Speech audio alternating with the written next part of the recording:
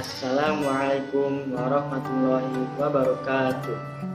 Perkenalkan, nama saya Muhammad Rahman dari kelompok 12. Saya akan memaparkan materi tentang meneladani sikap dan kearifan Bahyai Khalil Bangkalan. Di tengah krisis masyarakat Indonesia pada umumnya dan umat Islam pada khususnya, sudah seyogyanya bagi kita semua sebagai manusia yang masih mempunyai empati terhadap keadaan menggali mutiara kisah dari para ulama yang hidup di zaman dahulu, karena dari kisah-kisah perjalanan hidup mereka banyak sekali nilai dan pedoman hidup yang dapat kita aplikasikan di kehidupan sekarang ini. Di antara kisah ulama yang mesti kita pelajari kembali, sejarah kelahirannya, lingkungan tempat tinggalnya, serta proses dalam menjawab problematika keadaan zaman saat itu. Salah satunya ialah Bahyai Khalil Bangkalan atau biasa disebut Kyai Khalil Bangkalan. Bahyai Khalil merupakan ulama yang mencetak ulama-ulama yang di kemudian hari mewarnai perjalanan zaman pra kemerdekaan negeri kita hingga pasca kemerdekaan. Sebut saja diantaranya ialah Kiai Haji Hasyim Asy'ari, pemrakasa berdirinya Nahdlatul Ulama; Kiai Haji Abdullah Mubarak, pendiri Pondok Pesantren Suryalaya Tasikmalaya; Kiai Haji Asy'ad Samsul Arifin, pendiri Pondok Pesantren Salafiyah Kasim Bagus Situbondo; Kiai Haji Wahab Hasbullah, pendiri Pondok Pesantren Tambak Beras Jombang; Kiai Haji Manaf Abdul Karim, pendiri Pondok Pesantren Lirboyo Kediri; Kiai Haji Busri Mustafa, ayahnya Gusmus, sekaligus pendiri Pondok Pesantren Rembang, serta masih banyak lagi murid-murid dari Syekhona Khalil. Melihat rekam jejak dari Bahyai Khalil Bangkalan dalam mendidik dan menjadikan murid-muridnya sebagai ulama penerus perjuangannya, kita mesti menggali lebih dalam lagi berbagai sisi kehidupan beliau untuk kita ambil hikmah dari ujangan dan perilaku beliau sewaktu masih hidup. Meskipun sudah banyak buku atau artikel yang membahas tentang Syekhona Khalil, tetapi seakan-akan belum terpengaruh banyak terhadap pribadi kita masing-masing. Entah apa yang terjadi, apakah karena kita hanya sekedar membaca kisahnya saja dan tidak terinternalisasi dalam hati dan pikiran kita, sehingga sehabis selesai membaca biografi dan kisah Bahyai Khalil Bangkalan, maka selesai pula ilmu yang terdapat dalam kisah tersebut. Bahyai Khalil Bangkalan adalah waliullah yang sangat mempunyai pengaruh paling besar pada saat sebelum hingga awal berdirinya Nahdlatul Ulama. Hal ini terjadi karena sebab berguru pada beliau lah banyak santri-santri yang menjadi pengasuh pondok pesantren besar di Indonesia dan tokoh-tokoh di NU pada awal berdirinya. Dalam catatan sejarah, banyak tokoh-tokoh pendiri NU adalah alumni dari pondok pesantren yang diasuh oleh beliau, yang bernama lengkap Kiai Khalil bin Abdul Latif bin Kiai Hamim bin Kiai Abdul Karim bin Kiai Muharram bin Kiai Asrol Karomah bin Kiai Abdullah bin Sayyid Sulaiman, yang merupakan cucu dari Sunan Gunung Jati, salah satu wali Songo. Bahyai Khalil adalah seorang alim dalam ilmu nahwu, ilmu fikih dan tarekat. Beliau juga dikenal hafal Al-Quran dan menguasai segala ilmunya, termasuk membaca Al-Quran 7 macam atau qiraah sab'ah. Selain kelebihannya tersebut, beliau juga mempunyai kemampuan pada hal-hal yang tidak kasat mata. Dan sebab kelebihan tersebut, umat Islam Indonesia meyakini beliau adalah waliullah. Ada satu cerita, beliau adalah santri yang mandiri. Sebenarnya bisa saja Bahyai Khalil tinggal di Sidogiri selama nyantri kepada Kiai Nur Hasan, tetapi ada alasan yang cukup kuat bagi dia untuk tetap tinggal di Kebon Candi. Meskipun Bahyai Khalil sebenarnya berasal dari keluarga yang segi perekonomiannya cukup berada. Ini bisa ditelisik dari hasil yang diperoleh ayahnya dalam bertani. Akan tetapi Bahyai Khalil tetap saja menjadi orang yang mandiri dan tidak mau merepotkan orang tuanya. Karena itu, selama nyantri di Sidogiri, Bahyai Khalil tetap tinggal di Kebon Candi agar bisa nyambi menjadi guru batik. Dari hasil menjadi guru batik itulah dia memenuhi kebutuhan hidupnya sehari-hari. Sewaktu menjadi santri, Bahyai Khalil Setelah menghafal beberapa matan seperti matan Alfiyah Ibnu Malik, di samping itu beliau juga seorang hafid Al-Quran. Beliau mampu membaca Al-Quran dan qiraat sab'ah atau 7 cara membaca Al-Quran. Kemandirian Mbah Khalil juga nampak ketika beliau berkeinginan untuk menimba ilmu ke Mekah, karena pada masa itu belajar ke Mekah merupakan cita-cita semua santri. Dan untuk mewujudkan impiannya kali ini, lagi-lagi Mbah Khalil tidak menyatakan niatnya kepada orang tuanya, apalagi meminta ongkos kepada kedua orang tuanya. Kiai Khalil merupakan sosok pemuda yang mandiri. Pada saat itu dirinya ingin melanjutkan menuntut ilmu ke Mekah, Arab Saudi, tetapi tidak ingin meminta biaya kepada orang tuanya untuk mewujudkan hal tersebut. Kiai Khalil sebelum berangkat ke Mekah terlebih dahulu ngaji di pondok pesantren Banyuwangi. Di pondok tersebut beliau juga bekerja di kebun pengasuh pondok pesantren. Dengan bekerja di kebun tersebut, beliau dibayar 2,5 sen setiap pohon kelapa. Dengan penghasilan tersebut, uang yang didapatkannya ditabung untuk biaya menuntut ilmu ke Mekah.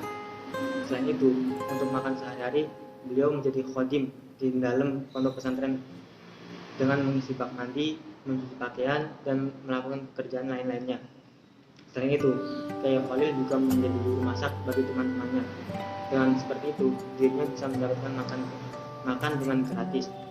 Semoga di tengah gencarnya gerakan dakwah yang bersifat pemaksaan dan menggunakan kekerasan dalam berdakwah, kita masih bisa secara jernih menelaah apa yang perlu kita perbaiki dari metode tersebut. Bersabar menghadapi peristiwa yang tidak mengenakan hati, dan kemudian dengan arif dan memberikan contoh yang baik bagaimana seharusnya mengajak orang lain untuk setidaknya mendengar dan memperhatikan ajaran kita tersebut. Kurang lebihnya mohon maaf. Untuk materi selanjutnya saya serahkan kepada materi selanjutnya. Warahmatullahi taala wabarakatuh. Baik, saya akan lanjut dari materi tadi ya. Perkenalkan, nama saya Nurusmi Hayuwengoh. Di sini saya akan menjelaskan tentang mengenai Kiai Haji Hasyim Asy'ari. Ya, Kiai Haji Hasyim Asy'ari pada bagian belakangnya juga sering dieja dengan nama Asy'ari atau Asy'ari. Ia lahir di Kabupaten Jombang, Jawa Timur pada tanggal 14 Februari 1871. Dan dia meninggal di Jombang, Jawa Timur pada tanggal 21 Juli 1947. Pada umurnya 76 tahun. Dia dimakamkan di Tebu Ireng, Jombang, dan dia adalah salah satu seorang pahlawan nasional Indonesia yang merupakan pendiri Nahdlatul Ulama, organisasi massa Islam yang terbesar di Indonesia. Di kalangan Nahdliyin dan ulama pesantren, ia dijuluki dengan sebutan Hadratus Syekh yang berarti Maha Guru. Terus di segi keluarga, Kiai Haji Hasyim Asy'ari adalah putra ketiga dari 10 bersaudara. Ayahnya bernama Kiai Asy'ari, pemimpin pondok pesantren yang berada di sebelah selatan Jombang, dan ibunya bernama Halimah. Hasyim Asy'ari memiliki garis keturunan baik dari Sultan Pajang, Jaka Tingkir, juga mempunyai keturunan ke Raja Hindu Majapahit dan Raja Brawijaya kelima atau Lembu Peteng. Di segi pendidikan, Kiai Haji Hasyim Asy'ari belajar dasar-dasar agama dari ayahnya dan dari kakeknya, Kiai Usman, yang juga pemimpin pesantren Gedang di Jombang. Sejak usia 15 tahun, ia berkelana menimba ilmu di berbagai pesantren, antara lain pesantren yaitu Wonokoyo di Probolinggo dan pesantren Langgitan di Tuban, pesantren Trenggilis di Semarang, pesantren Kademangan di Bangkalan, dan pesantren Siwalan Panji di Sidoarjo. Seterusnya pada tahun 1892, Kiai Haji Hashim Asy'ari pergi menimba ilmu ke Mekah dan berguru pada Syekh Ahmad Khatib Minangkabau, Syekh Muhammad Mahfuz At-Tarmasi, Syekh Ahmad Amin Al-Attar, Syekh Ibrahim Arab, Syekh Said Yamani, Syekh Rahmaullah, dan Syekh Soleh Bafadlal, Said Abbas Maliki, Said Alwi bin Ahmad As-Saqaf, dan Said Usain Al-Abshi. Di Mekah awalnya, Kiai Haji Hashim Asy'ari belajar di bawah bimbingan Syekh Mahfuz dari Termas atau Pesitan, yang merupakan ulama dari Indonesia pertama yang mengajar Sahih Bukhari di Mekah. Dan Syekh Mahfuz adalah ahli hadis, dan hal ini sangat menarik minat belajar Kiai Haji Hashim Asy'ari, sehingga sekembalinya ke Indonesia, pesantren ia sangat terkenal dalam pengajaran ilmu hadis. Ia mendapatkan ijazah langsung dari Syekh Mahfuz untuk mengajar Sahih Bukhari. Dan dia masa Syekh Mahfuz merupakan pewaris terakhir dari pertalian penerima atau si isnad hadis dari 23 generasi menerima karya ini. Selain belajar hadis, ia juga belajar tasawuf atau sufi dengan mendalami tarikat Qadiriyah dan Naqsyabandiyah. Terus di segi perjuangan, pada tahun 1899, sepulangnya dari Mekah, Kiai Haji Hashim Asy'ari mendirikan pesantren di Tebet Ireng yang kelak menjadi pesantren terbesar dan terpenting di Jawa pada abad 20. Pada tahun 1926, Kiai Haji Hashim Asy'ari menjadi salah satu pemrakarsa berdirinya Nahdlatul Ulama atau NU, yang berarti kebangkitan ulama. Seterusnya di segi karya dan pemikiran Kiai Haji Hashim Asy'ari tentang ahli as-sunnah wal jamaah adalah ulama dalam bidang tafsir Al-Quran, sunnah Rasul, dan fikih yang tunduk pada tradisi Rasul dan Khulafaur Rasyidin. Beliau selanjutnya menyatakan bahawa sampai sekarang ulama tersebut termasuk mereka yang mengikuti mazhab Maliki, Hanafi, Syafi'i, dan Hambali. Doktrin ini diterapkan dalam NU yang menyatakan sebagai pengikut pengajaran, sebagai pengikut penjaga dan menyebar faham ahli as-sunnah wal jamaah. Muslim tradisionalis juga menggunakan istilah ahli as-sunnah wal jamaah untuk membedakan dirinya dengan muslim modernis, walaupun yang terakhir ini juga menerima formulasi Al-Asy'ari dan Al-Maturidi dalam bidang teologi, namun tidak seperti kaum modernis. Muslim tradisionalis mengikuti salah satu empat mazhab Sunni dan mengikuti keabsahan Sufi Ortodoks sebagaimana yang diajarkan oleh Junaid Al-Baghdadi dan Al-Ghazali. Terus ahli sunnah wal jamaah dalam pandangan Kiai Haji Hashim Asy'ari tidak memiliki makna tunggal, tergantung perspektif yang digunakan. Paling tidak terdapat dua perspektif yang digunakan untuk mendefinisikan ahli as-sunnah wal jamaah, yaitu teologi dan fikih. Namun jika ditelusuri lebih lanjut melalui karya-karya Kiai Haji Hashim Asy'ari, maka sebenarnya dapat diambil sebuah kesimpulan yaitu ahli sunnah wal jamaah pada dasarnya lebih mengandaikan pola keberagaman bermazhab kepada generasi Muslim masa lalu yang cukup otoritatif secara religius. Sekian dari saya. Selanjutnya materi tentang Kiai Ahmad Dahlan yang akan dibahas oleh Ismail Fauzan. Assalamualaikum warahmatullahi wabarakatuh. Di sini kami akan melanjutkan dari pemateri sebelumnya. Kami akan membahas mengenai tentang Haji Ahmad Dahlan. Haji Ahmad Dahlan memiliki nama asli Muhammad Darwis. Beliau lahir di Yogyakarta tahun 1968 dari pasangan Kiai Haji Abu Bakar bin Sulaiman. Beliau merupakan Imam Masjid Besar di Keraton Yogyakarta dengan Siti Aminah bin Ibrahim. Muhammad Darwis memiliki keturunan dari ulama besar penyebar Islam di Indonesia. Silsilah keturunannya sampai ke Syekh Maulana Ibrahim.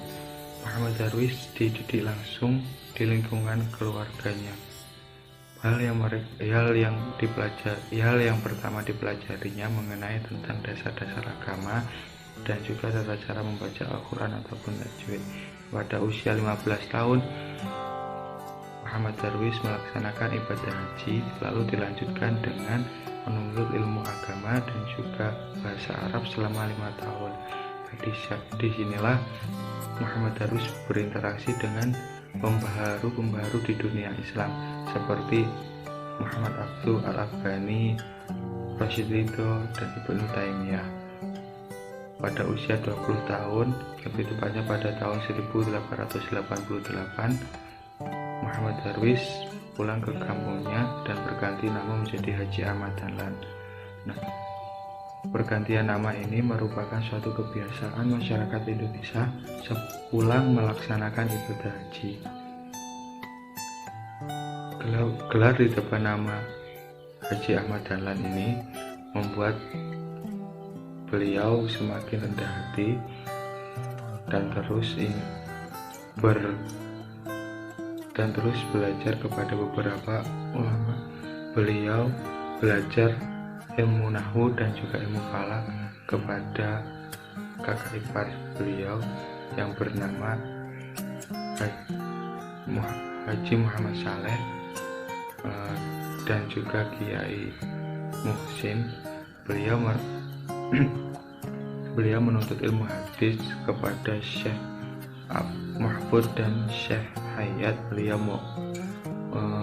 belajar ilmu falak kepada kepada Kiai Raden Ahmad Dahlan. Beliau belajar ilmu qiraah kepada Syekh Amin dan Bakri Sato. Beliau belajar ilmu bisa ataupun racun binatang kepada Syekh Hasan. Selain itu beliau juga belajar kepada Kiai Haji Abdul Hamid dan juga Syekh Muhammad Jamil. Pada tahun 1902 sampai 1904, Haji Ahmad Dahlan melaksanakan ibadah haji yang kedua kalinya, dilanjutkan dengan memperdalam ilmu agama ke beberapa gurunya di Makkah. Sepulang dari Makkah, Haji Ahmad Dahlan menikah dengan Siti Walidah, putri penghulu Haji Fadil, yang disebut dengan Nyai Ahmad Dahlan. Beliau merupakan pahlawan nasional pendiri Aisyah. Pada tahun 1912, Haji Ahmad Dahlan mendirikan organisasi Muhammadiyah untuk melaksanakan cita-cita pembaruan Islam di Nusantara. Gagasan pemikiran pendirian organisasi Muhammadiyah ini mendapatkan rintangan baik dari keluarga maupun dari lingkungan keluarga maupun lingkungan masyarakat. Akan tetapi rintangan-rintangan tersebut beliau hadapi dengan rasa sabar. Sejak awal, beliau menetapkan bahwasanya organisasi Muhammadiyah ini bukan merupakan organisasi politik, akan tetapi Muhammadiyah merupakan organisasi yang bergerak pada bidang sosial dan juga bidang pendidikan. Nah, pada tahun 1912, lebih tepatnya pada tanggal 20 Desember tahun 1912, beliau meminta permohonan kepada pemerintah Hindia Belanda untuk mendapatkan badan hukum, dan akhirnya permohonan tersebut terkabul pada tahun 1914 melalui surat ketetapan pemerintah nomor 81 tanggal 22 Agustus 1900. Tetapi izin itu hanya berlaku di Yogyakarta dan hanya boleh bergerak di Yogyakarta. Nah, untuk mengatasinya, Haji Muhammad Dahlan menganjurkan kepada anak cabang organisasi Muhammadiyah di luar Yogyakarta untuk menggunakan nama lain seperti Nurul Islam di Pekalongan, Al-Munir di Makassar, Ahmadiyah di Garut, Perkumpulan Siddiq Tabligh Amanah Fatonah di Solo. Pada usia 66 tahun, lebih tepatnya pada tanggal 23 Februari 1923 beliau wafat di Yogyakarta dan dimakamkan di Karangkuncen, Yogyakarta. Atas jasa-jasa beliau, pemerintah Indonesia memberikan gelar pahlawan nasional melalui surat ketetapan pemerintah nomor 657 pada tanggal 27 Desember 1961. Demikian presentasi dari kelompok kami. Kurang lebihnya kami mohon maaf sebesar-besarnya. Kami akhiri. Assalamualaikum warahmatullahi wabarakatuh.